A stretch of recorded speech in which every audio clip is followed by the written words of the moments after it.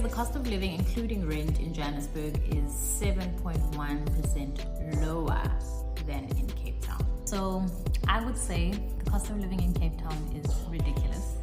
It is high and it keeps getting higher, and the salaries are not matching.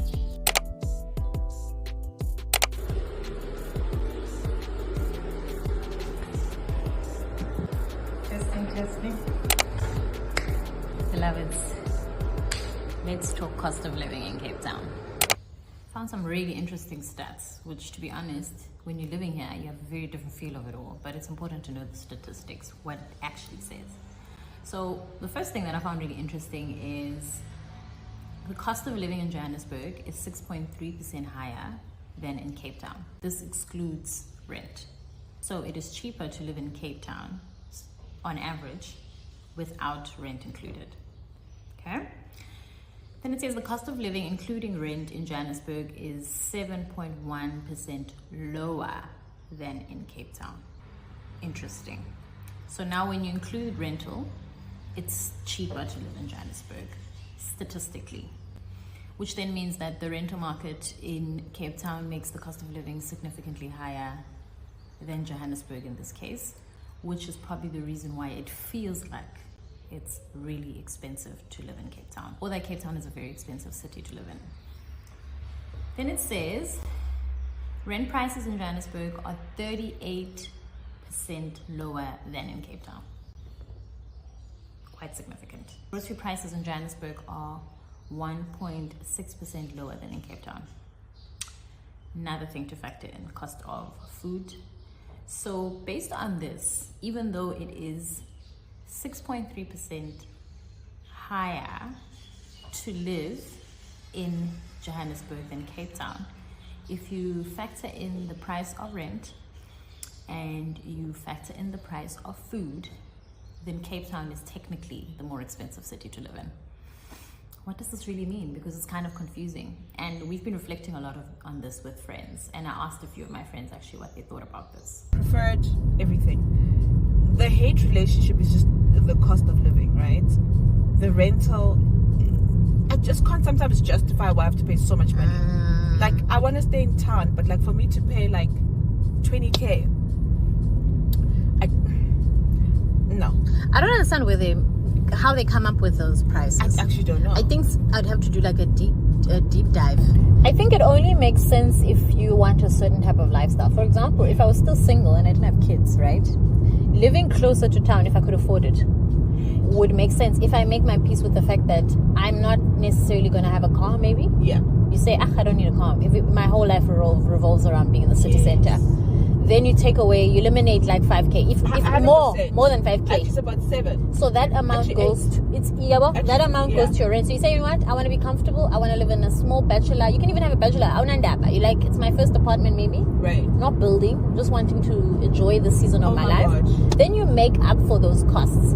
However, if you have a family now where your life is not most likely not going to be in one place, you kind of have to be mobile. You have other costs. It starts to then make sense, not make sense. No, of course. And I think that's how a lot of people make sense of it. They're like, you know what, my expenses are 2, maybe, like fixed expenses. 100%. So I can live with 20K rent. Right. Or someone to be like, I can't justify paying 20K rent. It's crazy. Point. Let me pay 20K rent in a house in Durban. Yes, you see. So now you actually do the trade-off. Like this guy today, we're having lunch. He's like, I calculated it cost me 990, let's say 1,000 rand a day to stay in my house. What? He's like, that's how much I pay per day in my house. Okay, let's look at more stats. Family of 4, estimated monthly costs are 39,000 without rent. This is in Cape Town. And a single person's expenses or monthly costs without rent are approximately 11,000 rand.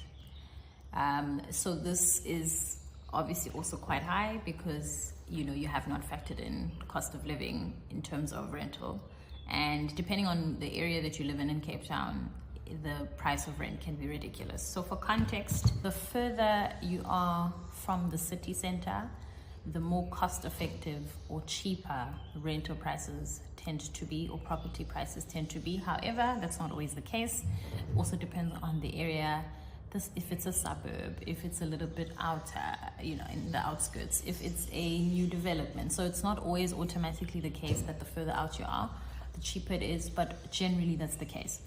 So if you're a person who's moving to Cape Town and you're not familiar with Cape Town and your head office happens to be in the city center, the logic thing to do as a person who's new to a city is to look at, you know, housing closest to where you'll be working so you can cut costs. In Cape Town, you might have to think of it in reverse and think of looking maybe a little bit on the outskirts. So in the southern suburbs, perhaps it would be a little bit more cost effective, or Big Bayside, Parklands, Durbanville, which is a little bit outer, a little bit further from the city, not far, but further. And then you'd be able to maybe afford housing a bit further out and be in a position to pay for transport costs. And the combination of transport costs and your rental tends to work out cheaper than actually renting in the city center. I mean, rental in the city center is ridiculous. There are places that costs 26,000 Rand and above, you know, small apartments. So it's quite pricey to live in the city center. So you have to think of your living situation, you know, with a very different logic in Cape Town. And I think depending on the person's needs, this can be an inconvenience. There are people who are willing to pay those prices and cut down other costs. There are people who are not willing and not able to, and therefore the city becomes quite difficult to live in. I think another challenge with the housing crisis in Cape Town, as many people call it, is there have been many cases of apparent discrimination of people of color, or certain agencies having preference for certain people or people with certain jobs. If you're watching this and you're not South African, basically, you know, in order to get an apartment in South Africa, it's mostly a financial decision, in the sense that if you're able to afford, and the agency's homeowner, whoever involved, gets a clear picture of the affordability and whether you are able to pay rent monthly, then you, in most cases, get the apartment, even without a solid credit score. I know of many people who are in debt review or blacklisted and the like. However, they are sorting out their finances and are still able to get apartments. So in South Africa, you know, if you are able to show that you can afford a place, usually you get the place. However, in Cape Town, there have been many cases where even when people earn a lot of money, are able to prove that they are reliable tenants, still do not get certain apartments. And some people can even, some people have even proven that these apartments were then given to people, you know, of different races. So there's a lot of discrimination going on in the housing market. I personally have never experienced this, so I don't have a personal experience of this particular thing, but unfortunately in this city, it's not hard to believe. That's not to say one should be hesitant to live in Cape Town, but it definitely is something to factor in for sure. I really found these stats, you know, really interesting, because the salaries in the city don't match the cost of living. You know, most employers actually pay people significantly less in Cape Town than they would for same or similar roles in Johannesburg, as a comparison in this case. Yet the cost of living is significantly higher just based on rental and food prices.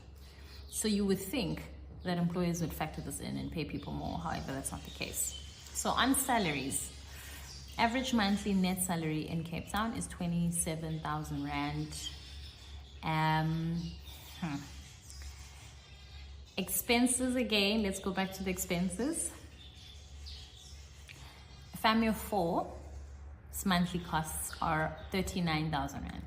A single person's monthly costs without rent are 11,000 Rand. So if you're on average getting paid 27,000 Rand as a single person without rental, maybe add another 8K, you're looking at easily 20K expenses, and then you would have 7,000 Rand left over on a good day. This does not make sense, considering that rental should take only a third of your net salary. So this would not be the case in Cape Town. Rental prices definitely take up a huge chunk of our salaries, which makes the city financially actually not really livable.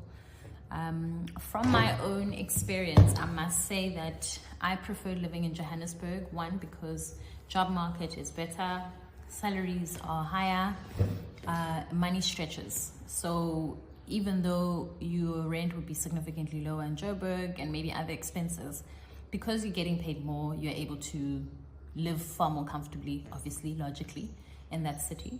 And I found that it's far more diverse, which obviously also affects not just cost of living, but just the quality of life, which is something that you can't talk about cost of living without factoring the quality of life. So I prefer that city for sure over Cape Town. Cape Town is lovely. You know, it's aesthetically pleasing. It's a lovely destination, holiday destination.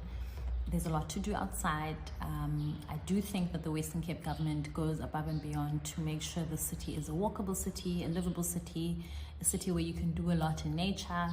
As for crime, story for another day. However, yes, it is an aesthetically pleasing city, a city which feels very much like suburbia if you have access to suburbia. And you can live a relatively soft life. Whether that's sustainable though, you need a significant amount of money. And I have found it increasingly more difficult to justify living in Cape Town, to be very honest. I find that it's become unreasonably expensive and salaries are not going up. And so I'm not sure if this is really the city to plan to live in forever. And this is just my perspective. I know many people who have a completely different perspective. And regardless of how expensive it is to live here, there's a lot of people who prefer living here. So I would say if you are considering to move to Cape Town, please research, find out where your workplace is. Firstly, what is your motive for coming here? If you're a digital nomad, you have different concerns and needs, I'm sure, because you're probably also getting paid significantly more. But if you're South African, never have lived in Cape Town, never have even visited, I think you really need to factor in where you're working. Research the area in terms of safety, in terms of cost of living, rental, and the like. And then, factor in what is important to you. Do you want to live close to work? Would you rather be mobile and have a car? Do you not mind not having a car and therefore paying more for rent and things like that? It's just a very different logic in the city because of how unreasonably expensive rent is and food prices. So that definitely makes it difficult in terms of planning. Ask people, check in. People always have tips. What I do find impressive about living in the city is that there are various options in terms of mobility. You have the My City bus, which works really, really well. And depending on the area that you live in, for example, Parklands, Tableview side, you have a running, consistent and stable bus system between there and various parts of the city. And you would cut costs significantly. Research that, look into that. If you are living or going to work further on the outskirts, like the likes of Stellenbosch, Somerset West, very, very different living conditions, different needs as well, also very different rental market. So I would say the cost of living in Cape Town is ridiculous. It is high and it keeps getting higher and the salaries are not matching. So good luck. Come visit, come check it out if you have a chance to get a sense of where the city you'd like to live in. But don't believe all the hype. I think the hype is justified for a holiday. It's a very different reality when you have to live here daily. Hope this helps and catch you in the next video.